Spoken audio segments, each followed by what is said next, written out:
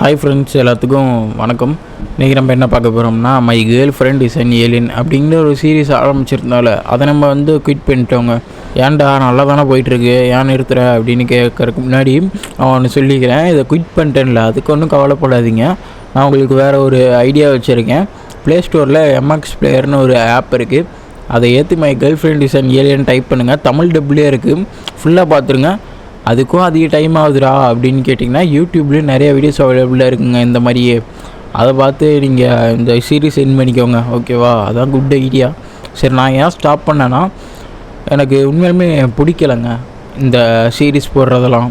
ஏன் பிடிக்கலன்னு கேட்டால், ஒரு வீடியோ எடிட் பண்ணுறங்காட்டி எனக்கு 12லேருந்து 13 மணி நேரங்க ஆகுதுங்க. ஒரு வீடியோ ஃபுல்லாக எடிட் பண்ணணும், அதை வாய்ஸ் ஓவர் கொடுக்கணும், திரும்ப அதை ஃப்ரீஸில் எடிட் பண்ணணும், நிறையா வேலை இருக்குது. அதுவும் இல்லாமல் ஒன்று ஒன்றா பார்த்துட்ருக்கு, எனக்கு பிடிக்கவே இல்லை.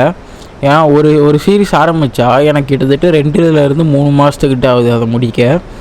இதில் வேறு 30 எபிசோடு கிட்டே இருக்குது. நான் வெறும் 7 தான் அப்லோட் பண்ணியிருக்கேன். மிச்சம் எவ்வளவோ இருக்குது. அதை அப்லோட் பண்ணோன்னா நான் ரொம்ப நாள் ஆகும். ஸோ எனக்கு பிடிச்ச மாதிரி நான் சின்ன சின்ன படமெல்லாம் எடுத்து போடலான் இருக்கேன். எனக்கு பிடிச்ச படத்தை நான் வாய்ஸ் ஓவர் பண்ணி போடுறேன். அது எனக்கு பிடிச்ச மாதிரி இருக்கும், உங்களுக்கு மூவியும் அப்லோட் பண்ண மாதிரி இருக்கும்ல, அதனால தான். ஸோ இதுதான் உண்மையான ரீசன் நான் குவிட் பண்ணுறதுக்கு. ஸோ யாரும் வருத்தப்படாதீங்க, ஸ்டாப் பண்ணிட்டேன்னு வருத்தமாக பட மாட்டீங்க. சரி, நம்ம அடுத்த வீடியோவில் பார்க்கலாம். அடுத்த வீடியோ மூவி தான் கன்ஃபார்ம் வரும், சீரீஸ் வராது, ஓகேவா?